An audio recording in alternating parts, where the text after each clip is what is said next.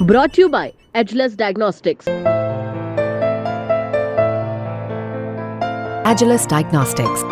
जमीन पर पैर घिसकर चलना एक बहुत ही आम सी आदत है, पर कई बार कुछ लोग केवल आदत से मजबूर नहीं होते। ऐसा होने के पीछे फुट ड्रॉप जैसी समस्या जिम्मेदार होती है।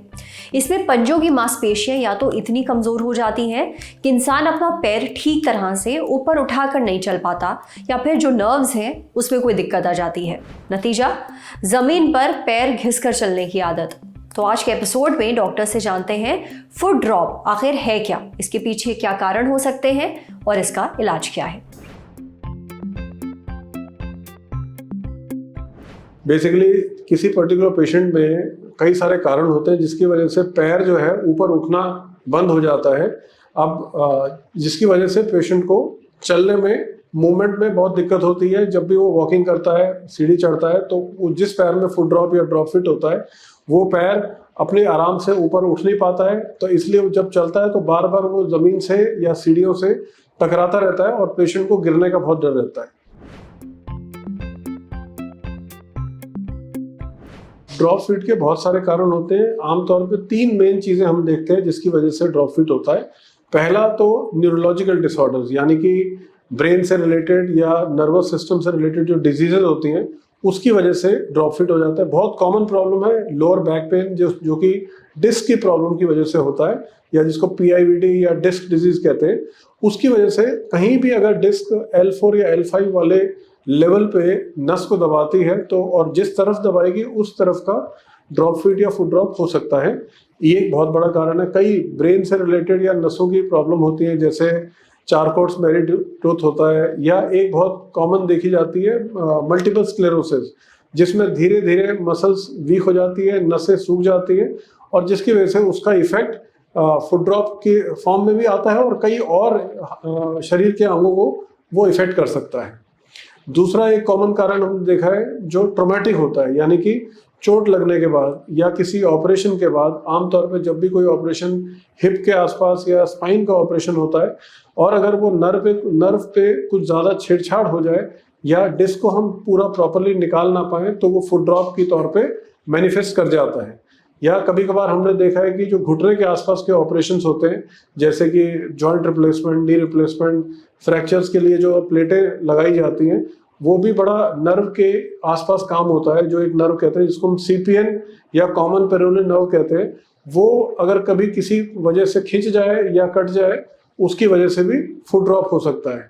तीसरा जो कॉमन चीज़ हमने देखी है कि जो इंजरीज के बाद हो जाता है, जैसे कि नी डिसलोकेशन हो गया या कोई ऐसा इंजरी जो ट्रॉमेटिक तरीके से काम करे, जिसमें या तो हिप की नर्व या स्पाइन की नर्व या घुटने के आसपास, ये पूरी एक ही नर्व है जो कमर से लेके पैर तक जाती है, तो वो कहीं भी इंजर होगा उसका सीधा इफेक्ट फुट पे आता है और फुट चलना बंद हो जाता है। कभी कभार वो एक डायरेक्शन में बंद होता है, कभी कभार वो दोनों डायरेक्शन में बंद हो जाता है। बट फुट ड्रॉप आमतौर पे पेशेंट कंप्लेंट करता है कि जब भी वो चलता है तो पैर को वो उठा नहीं पाता है। जब हम पेशेंट को देखते हैं जिसको फुट ड्रॉप होता है, वो चल के आता है तो वो पैर को ऊपर ज़्यादा उठा के चलता है जिस तरफ ये प्रॉब्लम होती है, जिसको हाई स्टेपिंग गेट कहते हैं। यानी कि फुट ड्रॉप की वजह से जो पैर एक्टिवली या अपनी ताकत के साथ वो ऊपर नहीं कर पा रहा है, जिसको हम डॉर्सिफ्लेक्शन, अगर हम इसको माने तो ये ऊपर वाली मूवमेंट मिसिंग होती है फुट ड्रॉप में, इसको हम डॉर्सिफ्लेक्शन कहते हैं। तो जब ये मिसिंग होगी तो पैर नीचे लटक जाता है, तो उसको ग्राउंड को क्लियर करने के लिए उसको ऊपर उठाना पड़ता है, यानी कि उसको हाई स्टेप लेना पड़ता है। तो आमतौर पे डॉक्टर जब ध्यान से देख रहा होता है पेशेंट को चलते हुए, तो वो हाई स्टेप लेने वाला जो एक्शन है वो इटसेल्फ बताता है कि कहीं ना कहीं पेशेंट को फुट ड्रॉप जैसी प्रॉब्लम। सो एक तो ये है आमतौर पे बैलेंस बिगड़ जाना और पेशेंट का फ्रीक्वेंट फॉल्स होना, गिर जाना, ये एक बहुत बड़ा साथ में सिम्टम हम रिकॉर्ड करते हैं। तीसरा चीज़, जब नर्व इंजर होती है या फुट ड्रॉप होता है तो साथ में सेंसेशंस का भी फर्क होता है। तो पेशेंट को बहुत सारे हिस्से में पैर के उसको पता नहीं लगता, छूने का, हॉट एंड कोल्ड का और किसी भी सेंसेशन का रिडक्शन हो जाता है। आमतौर पे 50% से 60 से 70% तक वो सेंसेशन चली जाती है। तो कहीं वो गलती से किसी गर्म चीज पे पैर रख ले, कील पे पैर रख दे, तो उसको पता नहीं लगता, जिसकी वजह से उसको बहुत सारी इंजरीज हो सकती है। फुट ड्रॉप का इलाज के बारे में अगर बात करें तो ये डिपेंड करता है कि वो फुट ड्रॉप हुआ किस वजह से है। अगर वो कहीं ना कहीं नस दब रहा है, चाहे वो कमर में, हिप में या घुटने के आसपास, तो जहां भी वो दब रहा है या कंप्रेस हो रहा है, हमें उस कंप्रेशन को या टाइटनेस को रिलीव करना है। अगर किसी को डिस्क का प्रॉब्लम है जिसकी वजह से फुट ड्रॉप हुआ है, हमें डिस्क प्रॉब्लम को ठीक करना है, तो फुट ड्रॉप बेटर हो जाएगा। अगर वो सियाटिक नर्व यानी कि हिप के पीछे जो नर्व दब रही है, अगर हम वहां पर दिक्कत हो रही है तो हम उसको रिलीज करते हैं। या कभी कभार घुटने के आसपास, फिबुला बोन के आसपास जो नर्व दबती है, अगर वहां टाइटनेस होता है तो हम उसको भी रिलीज कर देते हैं। और अगर ये न्यूरोलॉजिकल प्रॉब्लम है, जैसे कि मल्टीपल स्क्लेरोसिस, जो कि एक प्रोग्रेसिव प्रॉब्लम होती है, ये कंप्लीटली क्योर नहीं हो सकता है, उस केस में हमारा फिजियोथेरेपी, कई सारी मशीनें होती है, जैसे इलेक्ट्रिक स्टिमुलेशन, मसल स्टिमुलेशन और बहुत सारे रिहेबिलिटेशन एक्सरसाइजेस होती हैं, जिससे हम फुट ड्रॉप को पार्शली या कंप्लीटली रिवर्स कर सकते हैं। और अगर ये तीसरा जो कारण होता है ऑपरेशन के दौरान या फ्रैक्चर के बाद, आमतौर पे जो ये फुट ड्रॉप होता है, इन सब कारणों की वजह से वो सेल्फ रिकवरी वाला टाइप का कारण होता है, जिसमें हम देखते हैं कि 6 महीने से 9 महीने में या मैक्सिमम 1 साल तक काफ़ी हद तक फुट ड्रॉप अपने आप रिकवर कर जाए, क्योंकि नर्व कटती नहीं है, सिर्फ खिंच जाती है।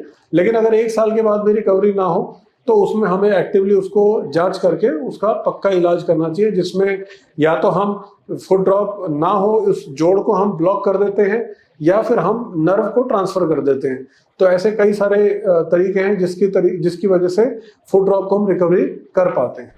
अगर आपको भी डॉक्टर के बताए गए लक्षण महसूस हो रहे हैं तो इसे हल्के में ना लें, इसे अपनी आदत ना बनाएं, तुरंत जाके डॉक्टर को दिखाएं, क्योंकि इसका इलाज आसानी से किया जा सकता है। अब बढ़ते हैं सेहत के अगले सेगमेंट की तरफ, तन की बात। जानिए इस बार ठंड के मौसम में डैंड्रफ से कैसे बचें।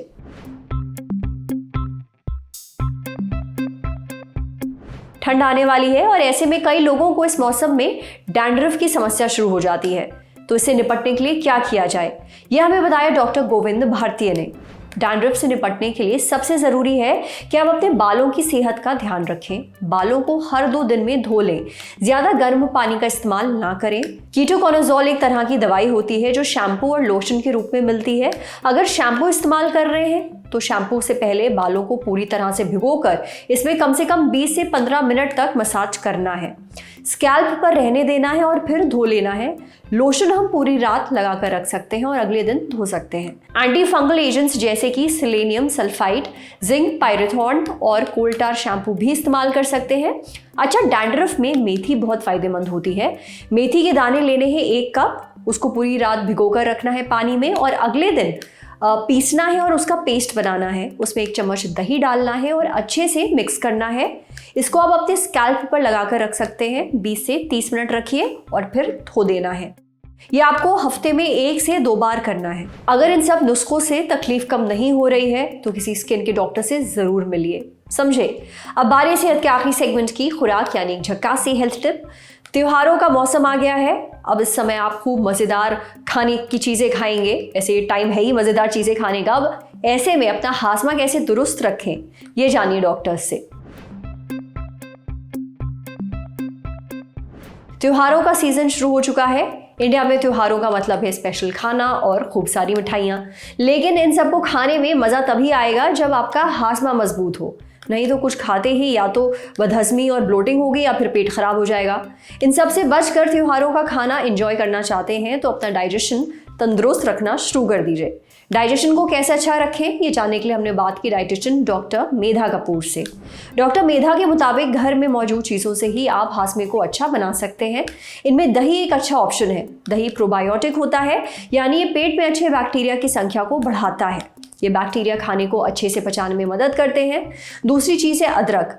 अदरक गैस, पेट फूलने और उल्टी की समस्या से राहत दिलाता है। साथ ही एसिडिटी की वजह से सीने में होने वाली जलन को भी कम करता है। और तीसरी चीज़ है चुकंदर। चुकंदर पेट में मौजूद अच्छे बैक्टीरिया की संख्या को बढ़ाता है। साथ ही खाने के डाइजेशन और मल को आसानी से निकालने में भी मदद करता है।